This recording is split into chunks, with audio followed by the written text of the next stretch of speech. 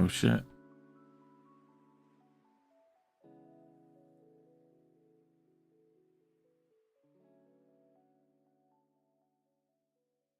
Here we are.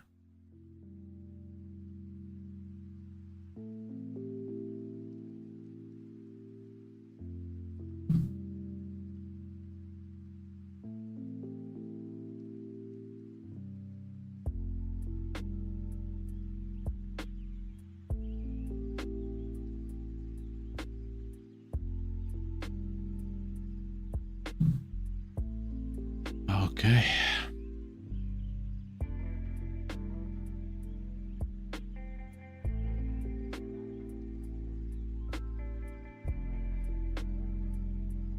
Let's see.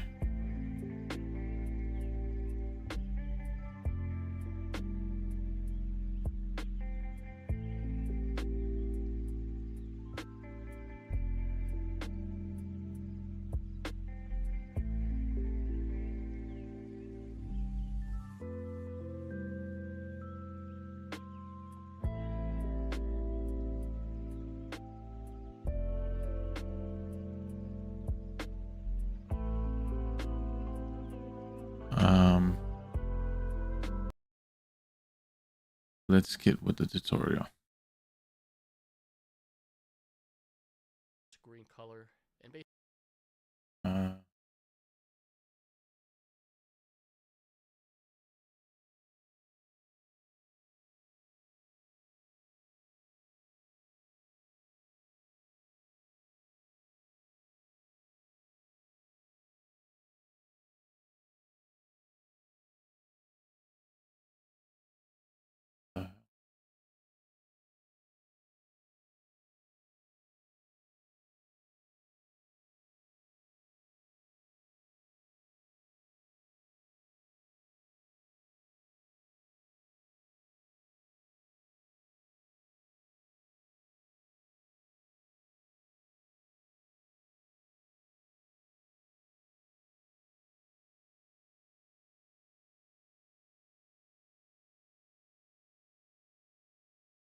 basically that is the power of blueprints. You can convert certain objects to props.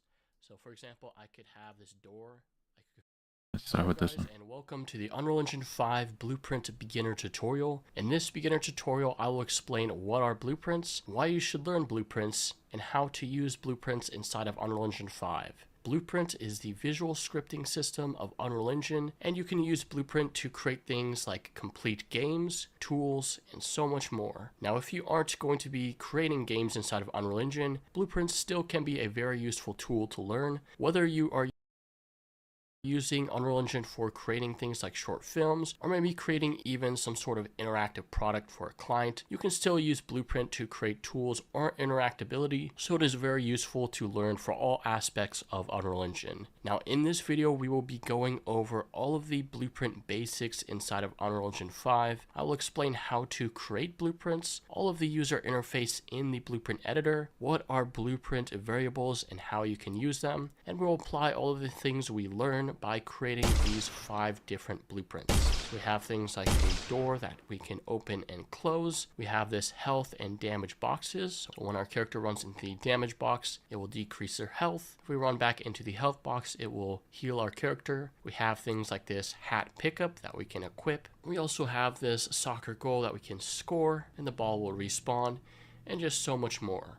So this video was designed for complete beginners with no experience. However, this is the second video in my Unreal Engine 5 beginner series. So if you don't have Unreal Engine 5 installed, or if you are a complete beginner with Unreal Engine 5, I recommend you watch the previous video where I show you how to get started inside of Unreal Engine 5, as it teaches you the bare basics of the Unreal editor and all the basic controls. Now if you reach to the end of this video and if you end up enjoying this free tutorial, you can check out some of my premium courses on smartpoly.teachable.com. If you are interested in making games inside of Unreal Engine, luckily for you, I have a complete multiplayer survival game course, where we create a complete multiplayer survival game from scratch. And I will be adding more courses in the future, so chances are if you're watching this video in the future, you can check out my website smartpoly.teachable.com to check and see if there's any new courses. Now this is the first video in my Blueprint series, so I will be making a follow-up video to this called Blueprint for Intermediate Users.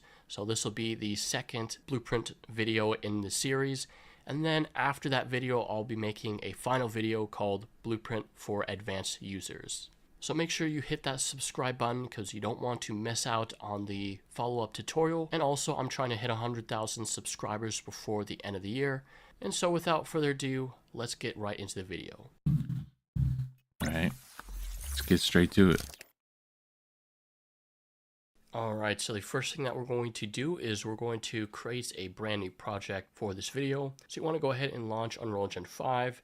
Now I'm going to be using Unreal Engine 5.3. So now we're in the Unreal Project browser, so we're going to create a brand new project. I'm going to select the Games tab, and then I'm going to choose the third-person template. Now down here on the bottom for our project defaults, you can see we have Blueprint or C++. We're going to talk a little bit more about how Blueprint and C++ go hand in hand, and how you can use either one or the other, or even both. Now we're going to leave this as Blueprint, and we're going to leave all the settings as the defaults, except we're going to make sure that we hit this little checkbox so we include starter content, because we're going to use some of the assets in the starter content. Then for our project name, I'm going to name this to Blueprint Beginner. Okay, and we'll just click Create. Okay, so here we are in the engine. Now we have this new plugins available, so I'm going to click Dismiss on that. That should be all good. So first things first, let's go ahead and explain what are blueprints. So blueprints are the visual scripting system of Unreal Engine, and it can be used to create anything. So for example, you can use blueprints to create full, complete games. Things like characters, cars, weapons, user interface, AI, all of that stuff can be created with Blueprint. Now, if you aren't going to be creating games inside of Unreal Engine, blueprints still can be very useful to learn because you can create really anything with it. You can create things like tools, interactive experiences, and so much more. So let's go ahead and cover a basic blueprint. So this is the third-person template, which is a simple games template, and this is a great template that explains the basics of Blueprint. So since this is a games template, we can actually click this little play button. So we can click that little green play icon, and now you can see we have this third-person character in our scene. We can actually move our mouse around, and that will move the camera around our character, and we also can move our WASD keys to move our character around. You can see that makes our character run around, and if we press the spacebar on our keyboard, that will make our character jump. So this is a very simple character, and this is all made entirely with Blueprint. So how does that all work? So if we press escape, that will go ahead and escape out of the play mode. All right, let's go ahead and check out the character blueprint. So if we go to our content drawer, I'm actually going to dock this in layout. So let's go to content drawer. Let's go ahead and browse to that character blueprint that we were just playing in our scene. So if you go to content, we have this third-person folder. So let's double-click, open that up. And then in the blueprints, we have that third-person character blueprint class. So in my previous beginner tutorial, I talked about the different types of assets. So we know that this is a blueprint because it says blueprint class here at the bottom. And also every asset inside of Unreal Engine is color-coded. So blueprints are color-coded by this dark blue. So this is our third-person character blueprint. Let's go ahead and double-click and open this up. And here we're going to see the blueprint window. So let's go ahead and take this window and dock it up here at the top so we can see it here in full screen. Now I'm going to go ahead and explain everything that we see here because I know there's a lot going on. So let's just go ahead and break it down. So the first three things I'm going to focus on are these three tabs right here in the center. Okay, so first let's go over and start from left to right. So we'll go over to the viewport. So the viewport is very similar to the viewport that we have. Wait, brother, wait, brother.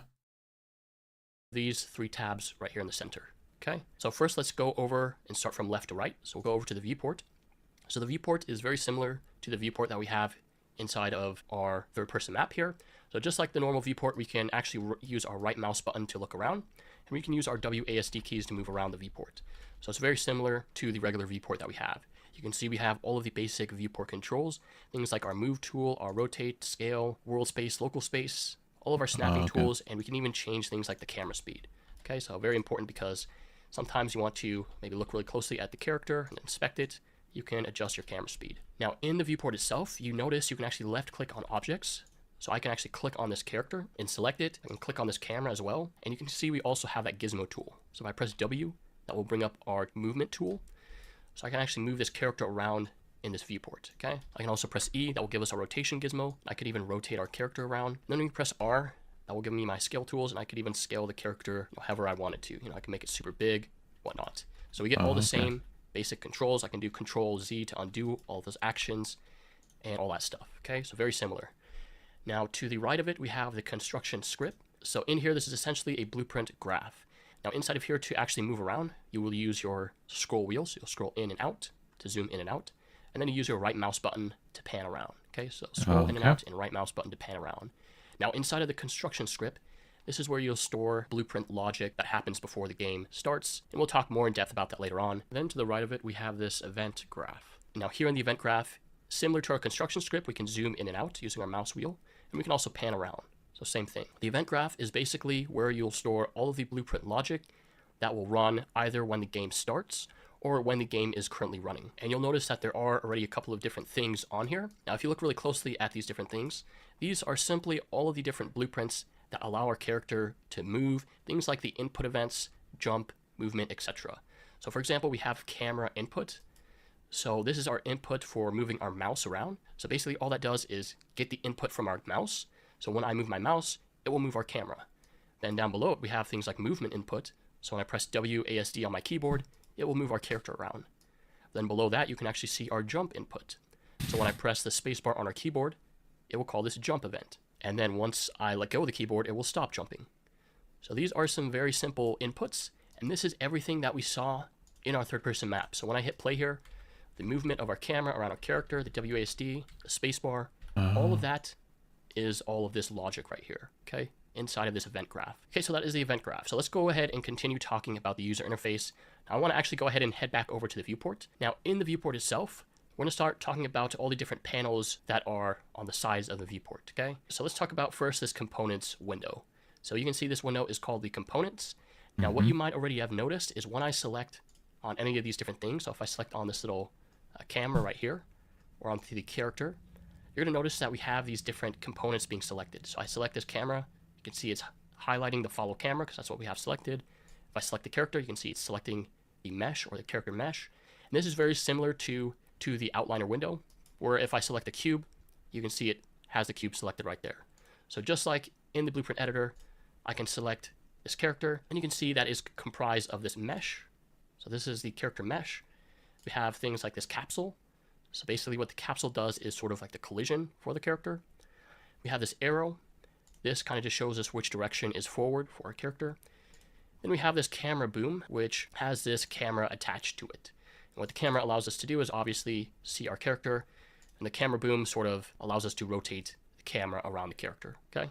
So really all this character blueprint is made of are these different types of components put together. Things like the capsule, the character mesh, and the camera. Now, also when you select different objects in the viewport or in the components, you're going to notice this window to our right called the details panel. So similar to the details panel down here in our main window, it does the same exact thing. So for example, if I select the character mesh in here, it's going to show various details about that character mesh. So we have things like the transform, the location, rotation, and scale. So if I were to change things like the location of our character, if I were to move it back, you can see that it updates the location right here, okay? So as I move the character, if I scale it, if I press R, I can scale it. You can see we're updating the scale. I could reset this back to the default, like so, if I wanted to reset it back. Then below that, we have things like our mesh. So this is the actual character mesh. So you can see we have this mannequin 3D model. We also have things like materials, so the materials for our character, and then other various details, okay? Now you're going to notice when we select different objects in our components or in our viewport, you're going to see different details depending on the component you have selected. So if I have this camera selected, you can see it has a name, follow camera, location, rotation, and all that stuff, okay? So that is the details panel. Now let's head back over to the event graph, and let's start talking about this top bar up here, okay? So first up, we have the save button. So this will go ahead and save any changes that we've made. So if I were to scale things or move stuff around, it will save those changes. We have this little browse icon. So if I click on this, this will browse and find the blueprint that we're just in our content browser. Okay, so it's a quick way to navigate to it. So you just click the browse icon and we'll pull it up. Now to the right of this, we have this compile button. Now what the compile button does is whenever we make any changes, whether that be to the blueprint logic or to things in the viewport, again, if I were to scale things or move stuff around, It's going to ask us to compile the blueprint just to check and see if we have any errors, okay? So right now, it wants us to compile because it has that yellow question mark. So when I hit the compile, it's going to look through everything, check and see if there's any errors. If there are errors, it will tell us. But if there aren't, if everything's good to go, it will show us that green checkbox, okay? Now to the right of this is for things like version control. So for example, if you were using something like GitHub, this button would show certain revisions of that. Then to the right of that, we have this find magnifying glass. So if you go to your event graph, if we click on that find, you're gonna see it pulls up this find results. Now, for example, if I were trying to find this jump function right here, I could type in jump, press enter, and that will go ahead and find it here on the graph, okay? So that is the find button. And then to the right of it, we have hide unrelated, so that will hide unrelated nodes. We have class settings, so if you click on this, this will bring up various settings in our blueprint class. I'm not going to go too in-depth about that. I will explain it later on in the advanced blueprint video. And then we also have class defaults. Now the class defaults are essentially sort of like an all details panel. So basically it sort of shows us all the details on all the different components in our components list, okay? So you can see it has things like our character mesh, the materials, and a lot of other different details, okay? Now to the right of that, we have simulation, so we can simulate everything that's going on. And then we have these play button options. So similar to what we have here in the viewport. If I were to actually click this little play button, what it will do is it'll pop open a window of our game that we can play. It's just a quick way to go ahead and play your game without having to go back to the window and clicking play here, okay? And it will pop open a new window. Now to the right of this option will actually come in handy again later on in an advanced tutorial, but that is basically the top ribbon, okay? Okay, and so last two things really to cover are this My Blueprints window, and then this bottom part right here, okay? Because we went over the viewport, construction script, the event graph, we gone over components, details, this top ribbon. Let's go ahead and move on to this blueprint tab. So in this My Blueprint tab, you're going to see we have this event graph. This event graph is this event graph window that we have open. So if I double click this, it will expand out and show us all of the input events that we can see. Hold on.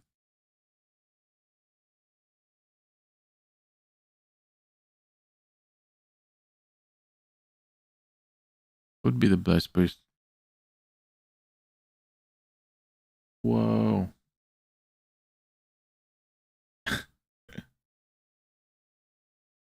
Everything's out of order. Never mind. See here on our graph. So you can see this input action jump is right here, our enhance input action jump, okay? So if I double click it, it will show it on our graph. So it's kind of just showing us all the different nodes that we have on our graph.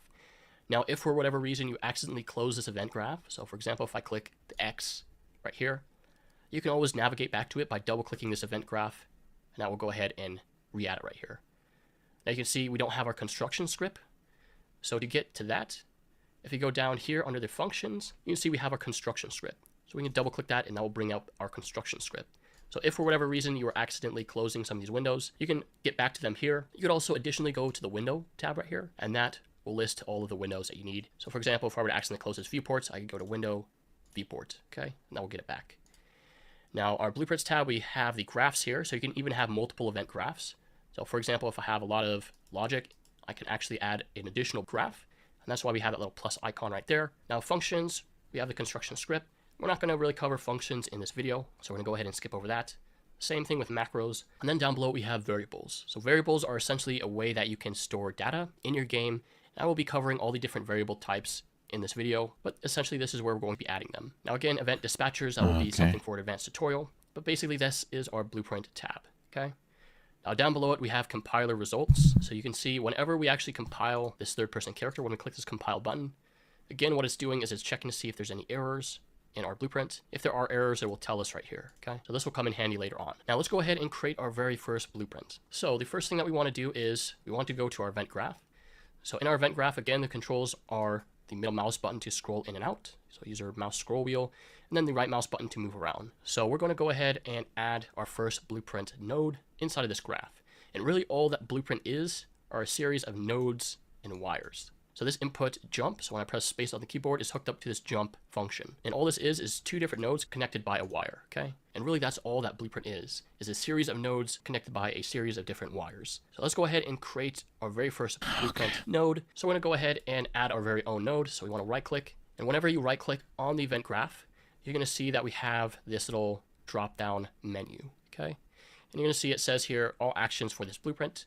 And you can see there's a ton of different categories, okay? You have things like actor, add event, animation, audio, all sorts of different stuff, okay? So there's a lot of different things you can do in blueprints. Now what we want to do is we want to search for the event begin play. Okay, so you want to type in here event begin play, and you can see we have this add event, event begin play. So let's go ahead and click on it. Now what this is going to do is it's going to take us all the way up here at the very top of our blueprint graph, and it's going to show us this event begin play. Okay, so this event begin play is a node that gets called whenever play begins for this actor. So for example, when I hit this play button, when our actor is spawned in the level, that's when this event begin play is fired off, okay? So this node gets called whenever we hit this play button. So we're gonna go ahead and actually take this node, and you can select it by using the left mouse button. So if you select anything, it will be highlighted in this yellow color. So currently we have this event begin play selected, and we can disconnect certain wires by right-clicking and doing break this link. Okay, so we're gonna disconnect this event begin play, and we're gonna take this and move this up here, okay? So this event gets called when we play the game. Now what we want to do is we want to print to our screen hello world. Just a very simple blueprint logic. So off of this event begin play, we can drag off of this pin. And when you drag off this pin, you're going to notice that it creates this wire, okay?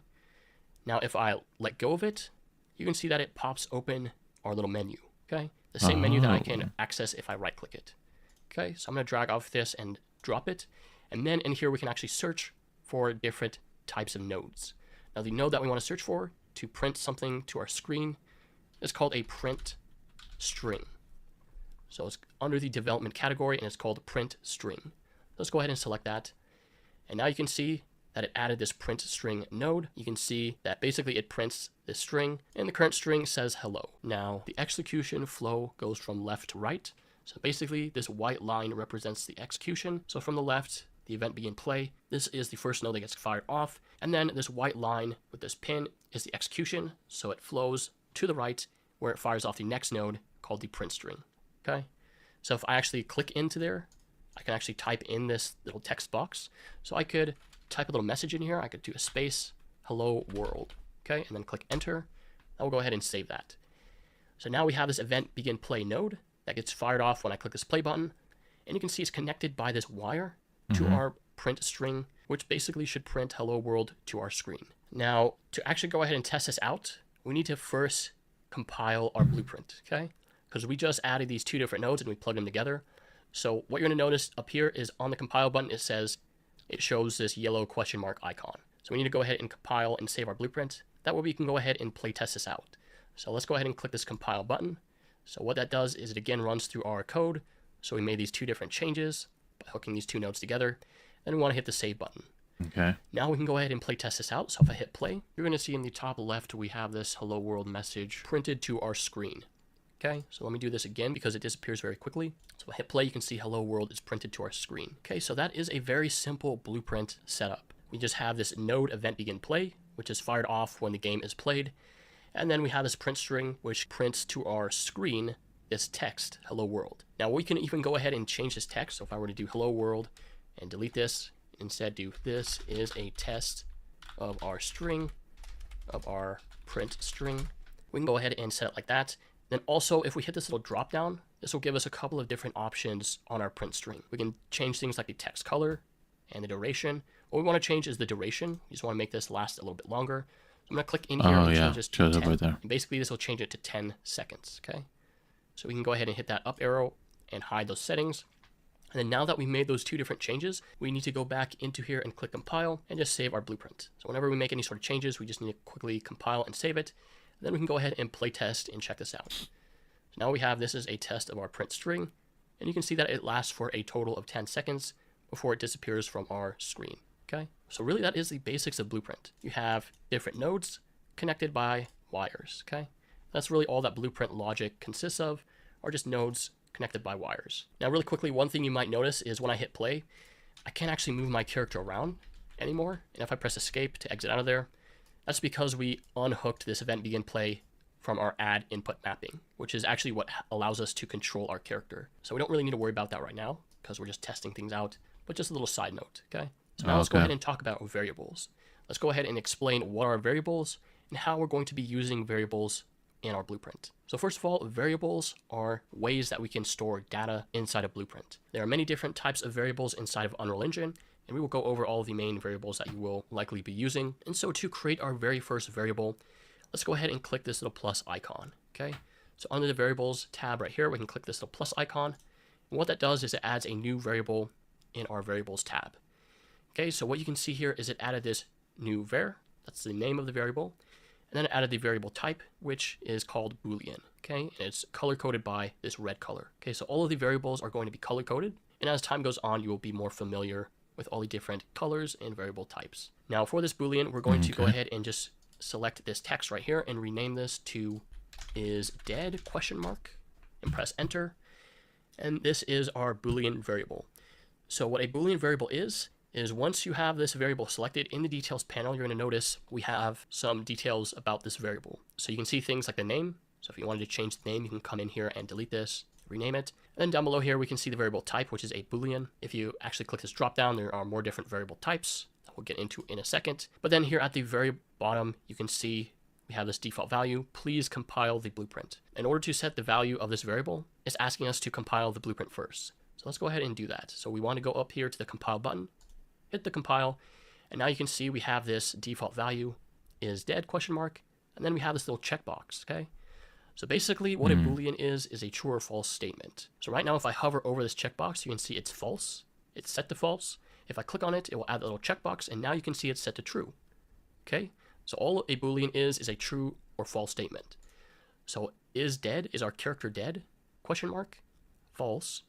Now if I hit this checkbox, our is dead Boolean is set to true. Okay, so that's all that a Boolean is, a true or false statement, or this little checkbox where you can set it to true or false. Okay. Now to actually use this variable, what you can do is you can actually drag it onto your graph. Okay, so for example, if I were to take this is dead Boolean, I can actually select it and drag it. And then you can see I can actually drop it onto our event graph or our blueprint graph. And we have these two different options. So first we have get is dead, then we have set is dead. So basically we can get the is dead variable. Let's go ahead and do that first. So if I click on that, you can now see that we have this is dead variable. It's color coded in red to represent our Boolean, and the default value is currently set to true. Okay, so let's go ahead and take our event begin play and our print string, and as you can see, if I left click and hold it down, you can see I can select multiple different nodes. Let's go ahead and select all three of these nodes and just move it up a little bit further and just recenter our blueprint graph right here. So let's go ahead and actually unhook our print string. So this, and you break this link, or you can use the hotkey by pressing Alt on your keyboard. So hold down the Alt key and left click. That will go ahead and break that link. So I'm gonna go ahead and move this over. So we're gonna use this is dead Boolean, which is a true or false statement. So off of this is dead, What? break this link, or you can use the hotkey by pressing Alt on your keyboard. So hold down the Alt key and left click. That will go ahead and break that link. Oh, okay. So I'm gonna go ahead and move this over. So we're gonna use this is dead Boolean, which is a true or false statement. So off of this is dead, you can see that it also creates a wire. So I can drag off this pin and drop it, and you can see we have that menu again, okay? So what we wanna add is called a branch. So type in branch and select it right here. So this is the branch right here. And this is gonna add this branch, which has a couple of different pins, and it's hooked up to this is dead Boolean, okay? And it's hooked up to this condition. So basically what the branch does is it checks this Boolean. You can see that it's hooked up, and that is the condition. So depending on this Boolean, if it's set to true or false, if it's set to true, this true will get called. If it's set to false, this false will get called. So what we want to do is hook up this true to our print string. And then in this string here, we can go ahead and select this and delete this and type in character is dead. Oh.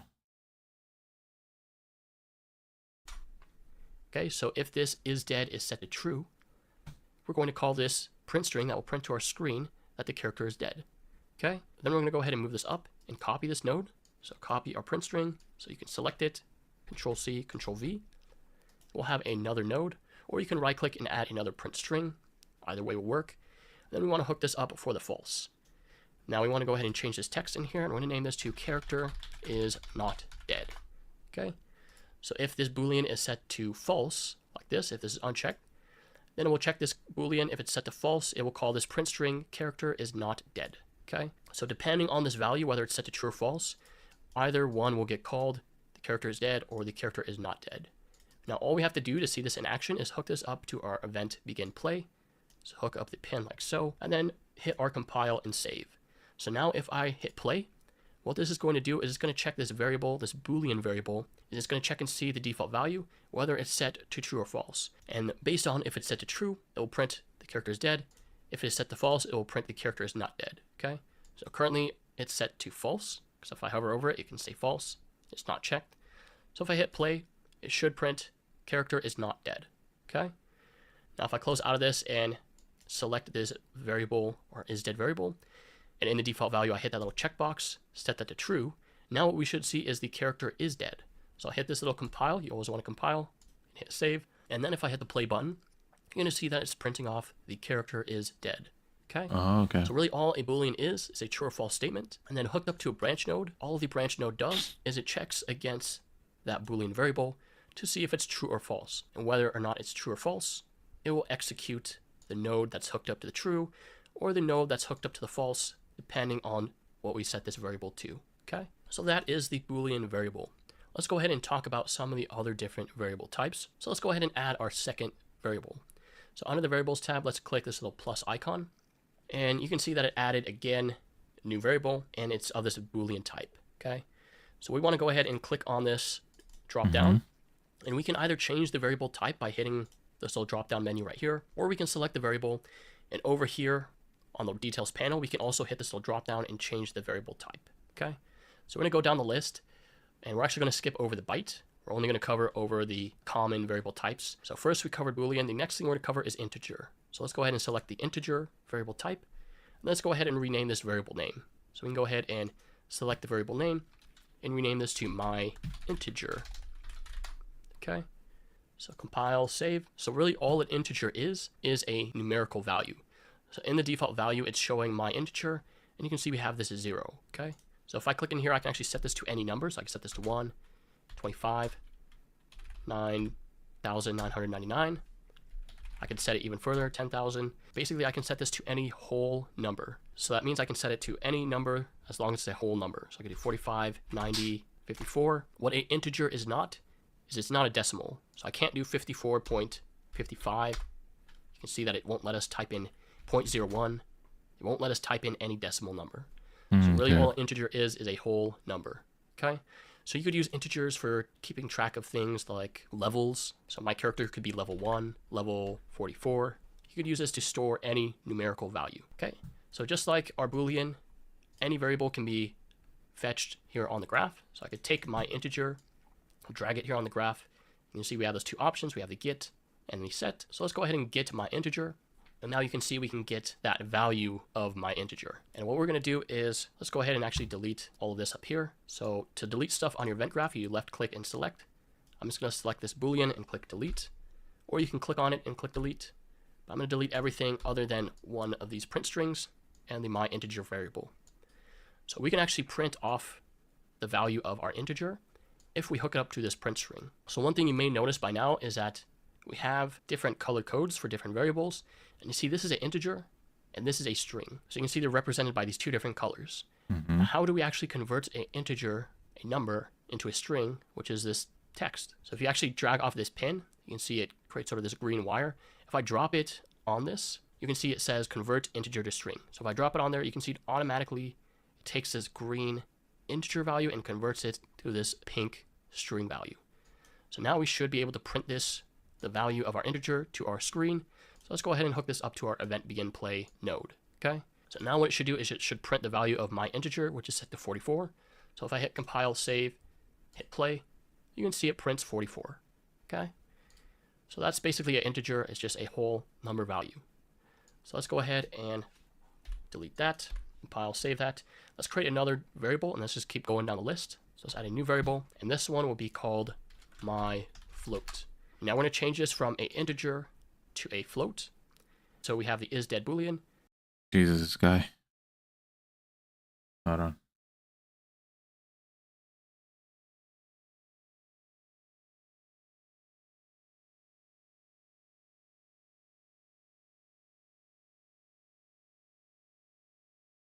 This one will be called my float. Now we're going to Another integer called my float.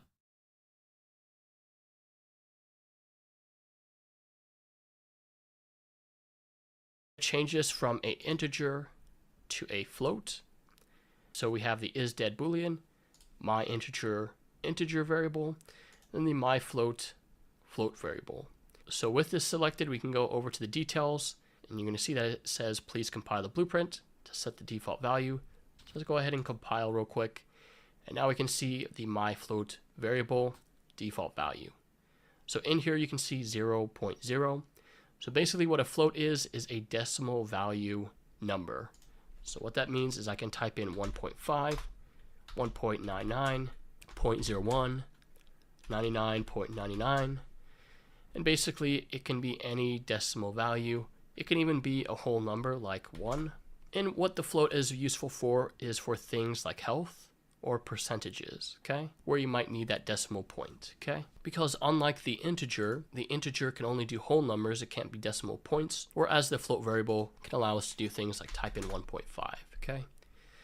Compile, save that. Same thing with all the other variables. We can actually drag it and get it on our graph. Click the get my float, and we can even print it to our screen by just dragging and dropping it on the on string. You can see that it automatically converts it to a string. We hit the compile and save button and hit play, and it will print off the value of our float, which is 1.5. Okay. So that is the float variable used for any decimal points or decimal numbers. Let's go ahead and continue down the list, add a new variable, and this one will be called my string. Okay. And we're going to change this from a float to a string variable. So let's go ahead and compile this. And now in the default value, you can see we have this text entry box. Wait. And this one will be called my string. Okay. And we're going to change this from a float to a string variable. So let's go ahead and compile. Wait, why is it from a float to a string?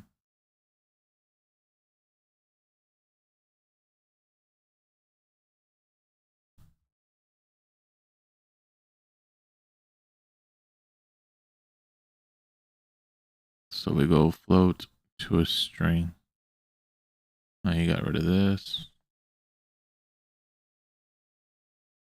Compile this. And now in the default value, you can see we have this text entry box. So the string is essentially the same thing that we have here, where we can type in any sort of text. Hello world. We can use exclamation mark, a bunch of random numbers. You can pretty much type in anything you want into the string. Okay, so it's a series of letters, numbers, characters, whatnot. So if I hit compile save, we can again get this onto our graph by dragging and dropping it and clicking get. And you can see it's the same color as a string because it's the same variable type. So I can just drag it onto there and it doesn't need to convert anything. Okay, so now if I hit compile and save, it's going to print off the default value of my string, which is hello world exclamation mark, a bunch of random numbers, and a bunch of random letters. So if I hit play, you can see that it printed out our string. Okay. Yeah. Now one thing to note is you can actually hit play from here, or you can actually go back into the third person map and click play right here. So either way, you can test out your blueprint by hitting play through here or play on the third person map. Okay. So that is basically the string variable. It's just a string of random letters, numbers, or characters. Okay. Let's go ahead and delete that and add our next variable, which is going to be called my vector. Okay. And hit this little drop down. You can see we covered the Boolean, integer, the float. We skipped over the name and we covered the string. Some of these other variables I will cover later on in future videos. But right after the string, we have text, which is basically similar to the string, but this is mainly used for things like UI. But below that, we're going to add this vector. Okay. So select the vector, which is this yellow color. And now you can see my vector is set to the vector variable type. Okay. So what is a vector? So if I hit compile, you can see under the default value, we have this my vector. And basically it is 3 of these float values. Okay, 0.0, this is a float. So if you go back to your float, if we set this to 0, you can see it's set to 0.0. So this is a float. And if you select the vector, you can see that the vector consists of 3 different floats. Okay, so a vector is simply 3 different floats. Now vectors are used in all sorts of games for 3D spaces. So for example, if I go to my viewport and if I select my character, under the transform, you're going to notice that we have this location. So in the location, we have these 3 different values, and this is essentially a vector. Okay, we have the location on the X, Y, and Z, and these 3 different values that basically determine the location of the character. This is essentially what a vector is. Okay, so we go back to our event graph and select our vector. In here, we could set this to, again, a bunch of random numbers. We do like 0.01, 99.5, and 44.3. So you could set it to a bunch of random numbers. And again, it's just 3 different floats, okay? So what you'd use a vector for is you could use it for storing things like the player's location. So for example, if I wanted to store the location of our character in the world, I could get things like the location and store it in this myVector variable. And let's actually go ahead and do that. So to do this, we're actually going to unhook this event begin play. So unhook this. And we're going to rehook this back up to our add input mapping. Let's go ahead and take this and move this down back to our add input mapping and hook this back up. That way, if we compile, save, and hit play, we should be able to run our character around. Okay, so that's all good. Now let's go ahead and play around with our vector. Okay. So basically, we're going to set up a very simple node so that when I press a key on my keyboard, it will get our player's location and will set this myVector to our player's location. So we want to right click on our graph and we're going to get an input key. That way when I press, say, the R key on my keyboard, it will go ahead and do this. So if I type in R key, I want to scroll down until you see keyboard events. You can see all the different keys, and we should have a key for the R key on our keyboard. So you can see we have R. So we'll go ahead and select that. Now you can see when we press it, we have this pin. Okay, so what we want to do is we want to first get our location and then set it to this variable. So first things first, let's go ahead and actually get our location. So you want to right click and we're going to search for the node called getActorLocation. So it's called getActorLocation. So go ahead and select this one down here at the bottom. And you can see we have this node where it gets the location and it returns this yellow return value, which is, if you hover over it, it says a vector. Okay, so now we're getting the location of our player. So now we just need to set it or set this variable to that location. So to set a variable, you want to drag this onto the graph. And we have those 2 different options. We can get it or set it. So instead of getting the variable, we want to go ahead and do set. So we can do set. And now what you're going to see is we can actually set the variable value. So I can take this return value and plug it into my vector. And now we are setting the value rather than getting it. So now if I hook this up to our pressed, we are now setting the myVector, the values here, to our character's location. Now to actually see this happen in real time, what we're going to do is take our print string, plug in the execution pin like so, okay, and then we're going to hook up this myVector value into this end string, okay. So now it should convert our vector to a string, and it should print our myVector value, which is our player location, to our screen. So we just have to hit compile, save, hit play. Now if I press that key, which we have it set to the R key, if I press R on my keyboard, you can see that it prints out the location of our character. So if I move around and keep clicking it, you can see that it prints the location of our character. So if I run over here, you can see that it prints the X, Y, and Z, which is the myVector value, okay? So it's that variable, we're getting our player's location, we're setting the myVector variable, and then we're printing it to our screen, okay? So again, vectors can be very useful for storing things like the player's location and all that stuff. So that is the vector variable type. Now let's go ahead and add another variable type here. This one will be called myRotator. Another vector type. We're going to change this from a vector to a rotator. Now the rotator, let's go ahead and first compile type here. This one will be called myRotator. And we're going to change this from a vector to a rotator. Now the rotator, let's go ahead and first compile this, you're going to see that it's very similar to this vector, but you can see that it has different color. Okay, so a good example of this rotator is if you go to your viewport and select the character, you can see we have the location, which is a vector, then we have this rotation. So basically this is a rotator. Okay, so again, these are decimal points, but basically they are rotation values. Okay, so I can rotate this -90 on the x-axis. You can see it rotates our character. If I set this back to 0, it rotates it back. Basically, a rotator is 3 different floats for the rotation. Okay, so very similar to a vector where we have these 3 different float values, but rather than a location, it's storing a rotation. Okay, so that is the rotator. Let's go ahead and move on to the last variable. So add a new variable, and this is called myTransform.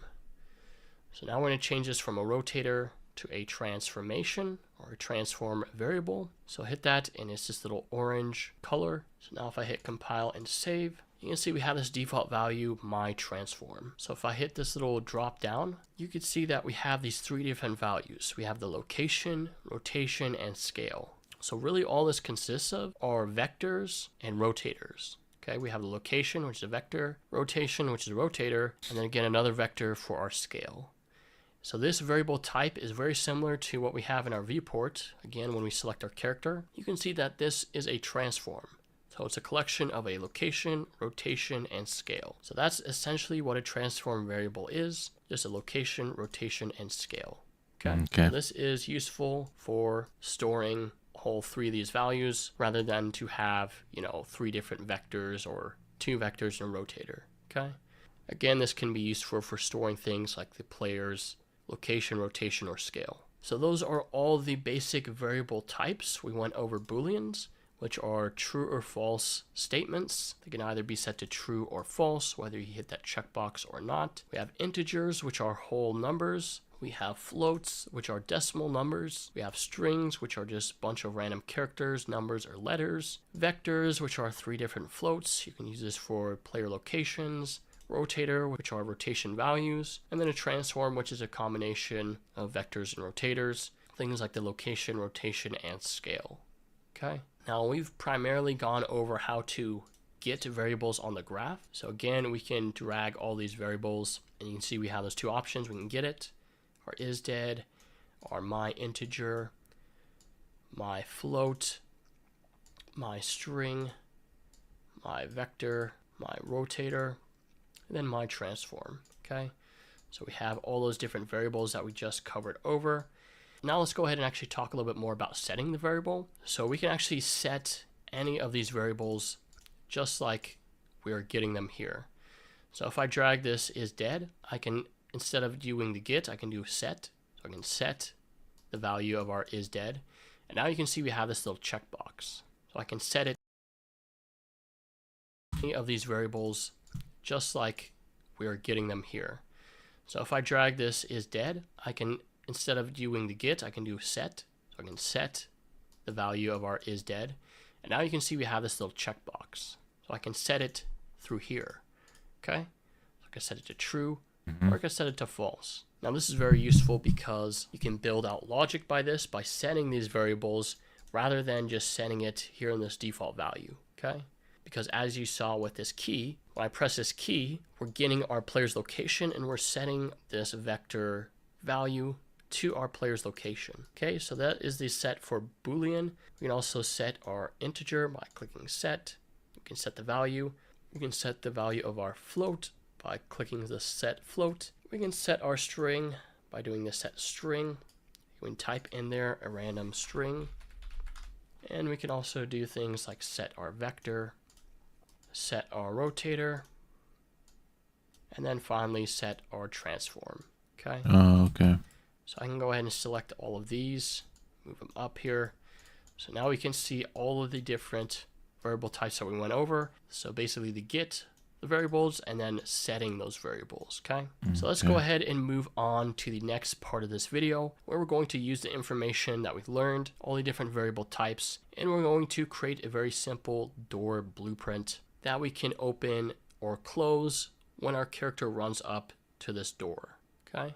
So let's go ahead and go to our third person map and go to our content browser over here. Now back out of this folder, I'm going to go back to our content folder. So let's go ahead and create a new folder. So right click anywhere in your content browser and select this new folder. And we're going to name this to blueprints. And then inside of this blueprints folder, let's double click and open it up. And we're going to right click, create another folder. And we'll name this to 01 underscore door blueprint, just so we keep everything. Hold on, slow down, buddy. I'm going to go back to our content folder. So let's go ahead and create a new folder. So right click anywhere in your content browser and select this new folder. And we're going to name this to blueprints. And then inside of this blueprints folder, let's double click and open it up. And we're going to right click, create another folder. And we'll name this to 01 underscore door blueprint, just so we keep everything organized. And then let's go ahead and go into that folder. So double click, open that up, and we're going to create our door blueprint inside of here. All right. So to create a brand new blueprint, you want to right click, and under the create basic asset, we have this blueprint class, okay? So we can select that, and it's going to give us this pick a parent class. Now let's actually talk about the different blueprint classes here. I'm going to cover the most common types of blueprint classes. So the most common type are the ones that we see here, and the first one is called an actor.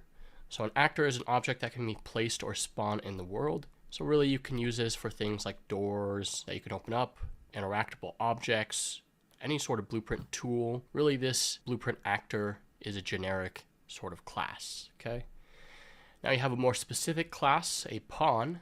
So this is a blueprint class that can be possessed or receive input from a controller or a player. So you could use this for creating things like vehicles, cars, even things like NPCs actually. And then you also below it have a character. So this is a character blueprint. So a character is a type of pawn that includes the ability to walk around. So this is what our third person character was made of, this character blueprint. Okay, below that you have a player controller. A player controller is an actor responsible for controlling a pawn used by the player. Okay, and then below that we have a couple of other different blueprint classes. I'm not going to cover over what some of these other things do in this particular video. I'll probably cover over them in the advanced blueprint video, but these are basically all of the common blueprint classes. Now there are additional classes, so if you hit this drop down you can see all classes, and if you scroll through here you can see there are a lot more different types of blueprint classes, okay? So what we want to choose is we want to choose this actor for our door, because this actor can be placed or spawned in the world, and this is exactly what we want. So we're going to go ahead and select this actor. That's going to add our blueprint class, the blueprint actor right here, okay? So let's go ahead and give this a name. We're going to name this to BP underscore door. So whenever you're naming blueprints, you want to have BP and then underscore and then the name of the blueprint, okay? Just so we know that this is a blueprint. You can do a file, save all, and then let's go ahead and double click and open this up. Let's go ahead and take this window and dock it up here at the top. And the first thing that we can see, print. You can do a file, save all, and then let's go ahead and double click and open this up.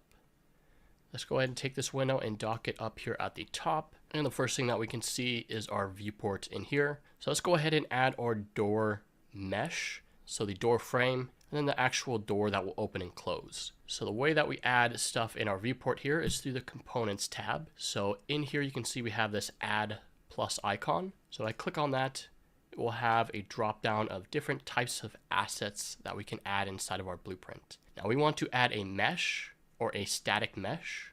So let's go ahead and select this static mesh component. Okay, so if I select that, We'll add a static mesh component, and we can rename this to our door frame. Okay. Oh my god, I'm fucking slow.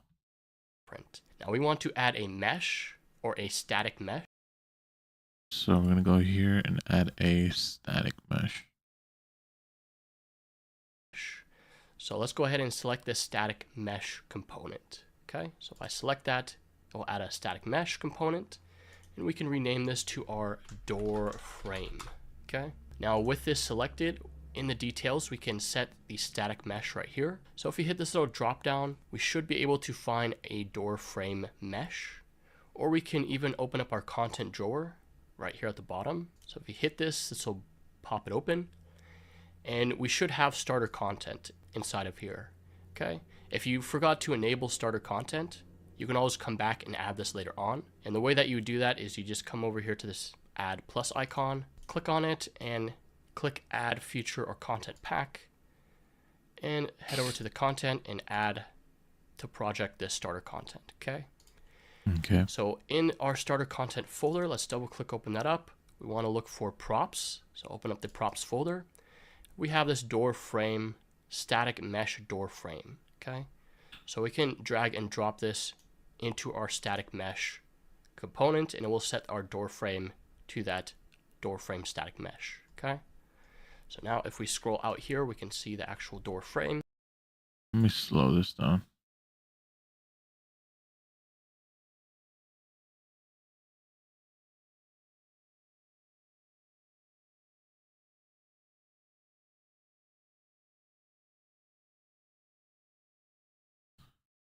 Wait.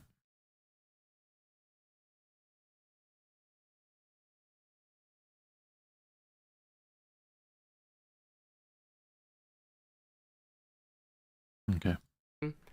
Now we just want to add a door inside of our door frame. So again, we just go ahead and select our door frame here, click add, and add another static mesh. So right now, if we hover over the static mesh, you can see it says SM door frame. So if I click on this, what it'll actually do is it'll add another static mesh named door frame. Let's go ahead and rename this. So right click, rename, and we'll rename this to door. Okay. Now let's go ahead and change this door. Right now it's a door frame. Let's actually change it to our door. So hit the drop down and you can see we have our static mesh door. So let's select that. Now you can see we have this door and the door frame. So let's select our door, and right now it's off centered. So let's go ahead and move it over. So if you press W on the keyboard, that will give us a little move gizmo, and we can move this back into the door frame. Now you can see it doesn't let us snap in.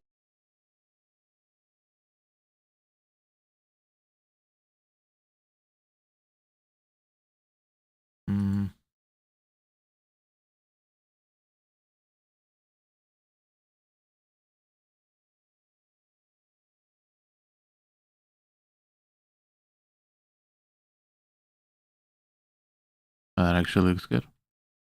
Yep. It exactly where we want it. So we can actually turn off the grid snapping. So let's uncheck grid snapping there.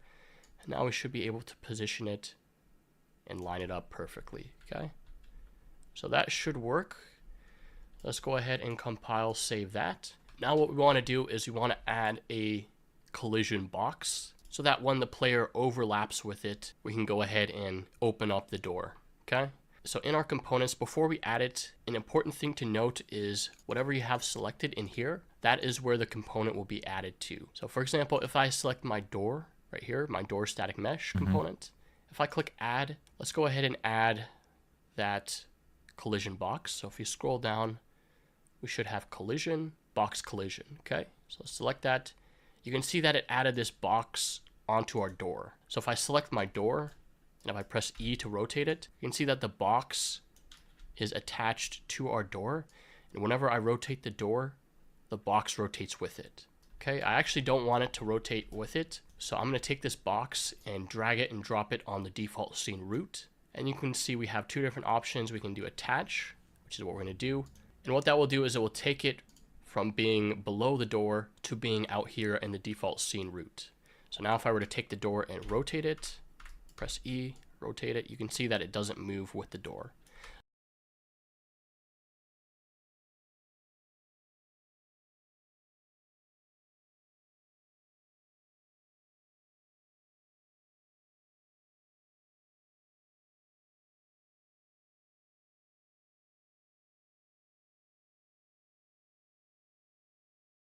Okay.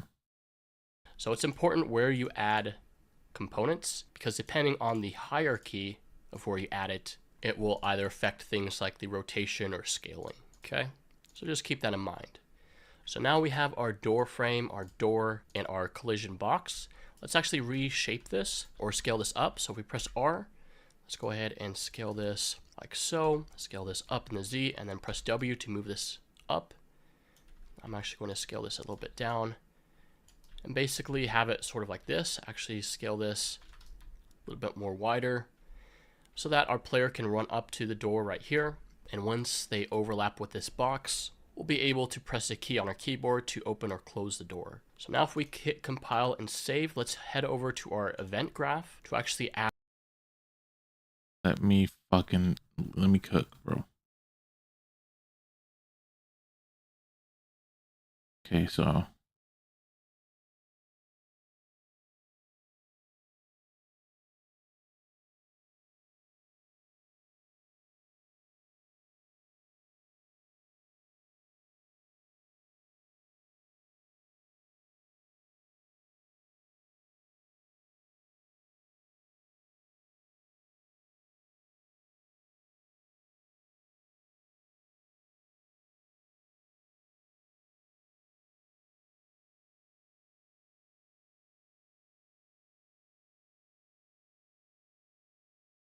or wide and move this up. I'm actually going to scale this a little bit down.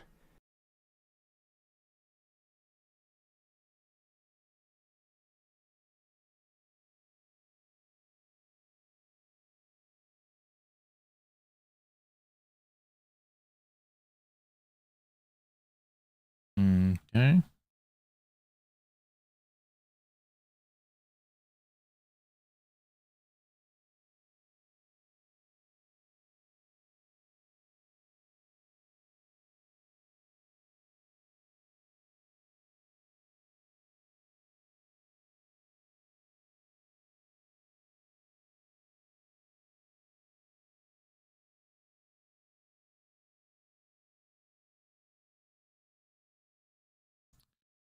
How does that look?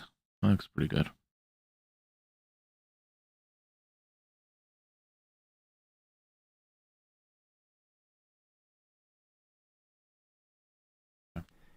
And basically have it sort of like this. Actually scale this a little bit more wider so that our player can run up to the door right here. And once they overlap with this box, we'll be able to press a key on our keyboard to open or close the door. So now if we hit compile and save, let's head over to our event graph to actually add the blueprint logic for opening or closing the door. So in here we have some pre-existing nodes. The event begin play, and over to our event graph to actually add the blueprint logic for opening or closing the door. So in here we have some pre-existing nodes. The event begin play and some other different nodes. And we can actually go ahead and just delete these. So just select and delete them, compile, save. And what we want to add is whenever our character overlaps with this collision box, we want to go ahead and enable input so that the player can press a key on their keyboard to open or close the door. So with this collision box selected, in the details panel, if we scroll all the way down, you're going to notice we have this events. Okay, so this events category shows us different events that we can track. So in our case, we want to use this event on component to begin overlap. So when our character begins overlapping, so we want to go ahead and click this plus icon.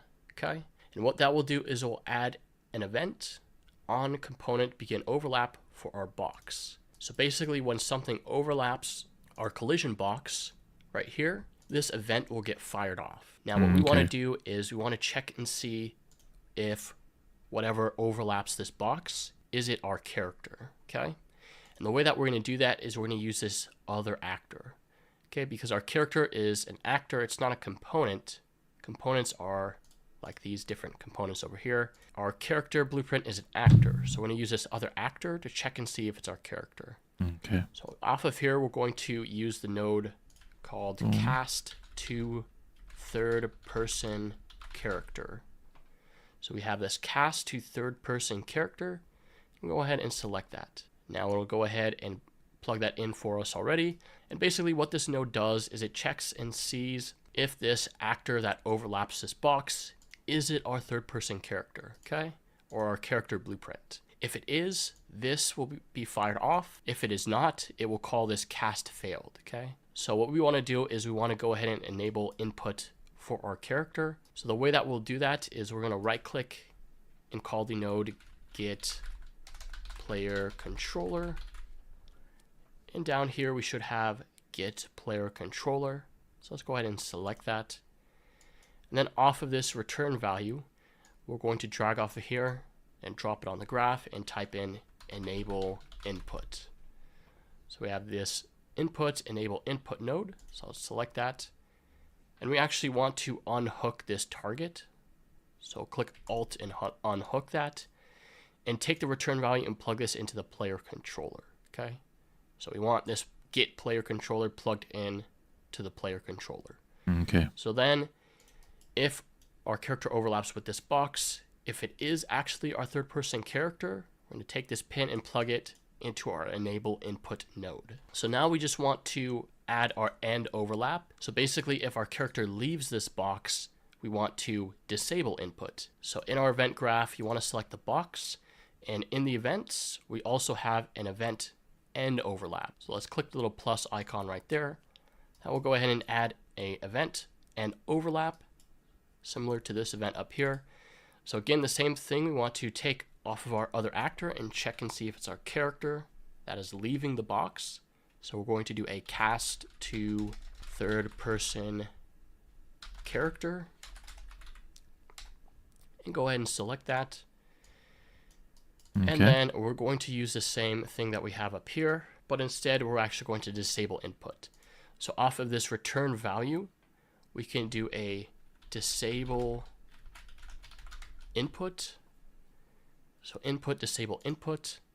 In this case, we're going to have this return value plugged into the target rather than the player controller. So if we end overlap with our box, if it is our character that is leaving that box, we want to go ahead and plug this into our disable input.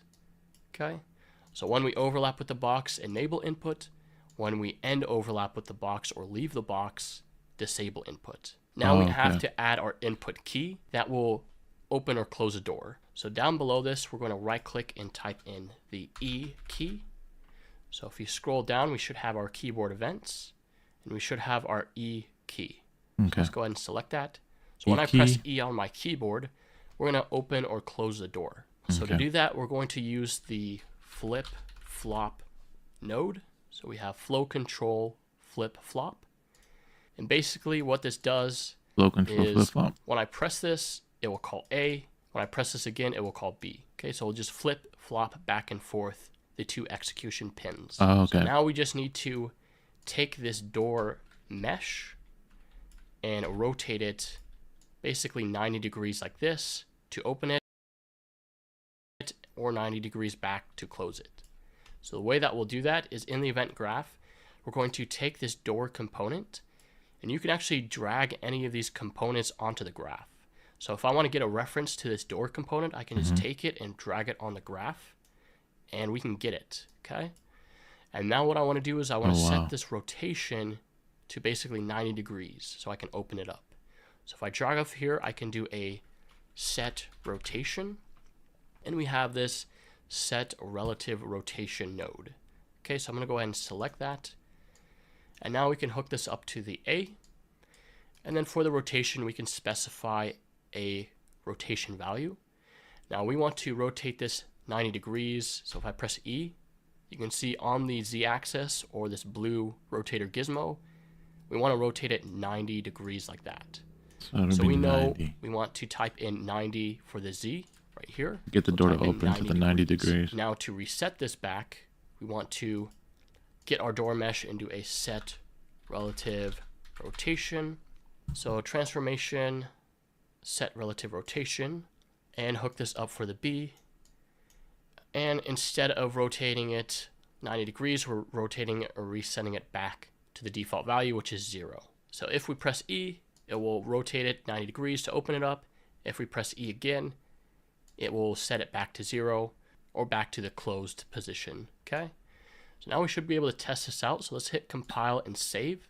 Compile, save. And let's go ahead and drag this blueprint into our scene. So if we go back to our third person map, let's take our door blueprint and drag it out into our level. And now we should be able to playtest this. So let's wait, how did you do that? Into our scene. So if we go back to our third person map, let's take our door blueprint. Oh, we can just go to the contents and then we can take our door blueprint.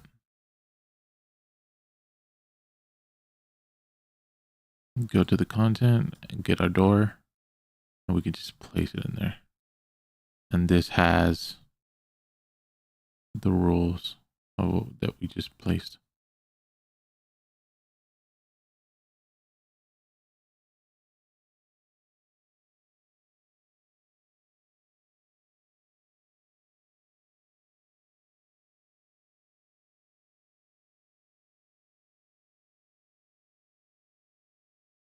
Oh, okay.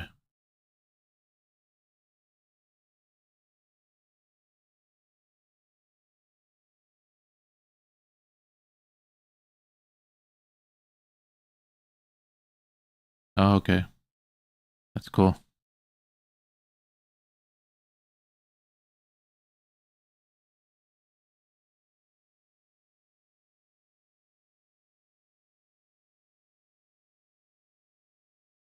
Nice. And drag it out into our level. And now we should be able to playtest this. So let's hit play. And if I actually go ahead and run up to this door, I press E, you can see that it now opens up. And if I press E again, it will close. Okay. Now one thing that you might notice is this door mesh actually doesn't have any collision on it. See, I can walk straight through the door.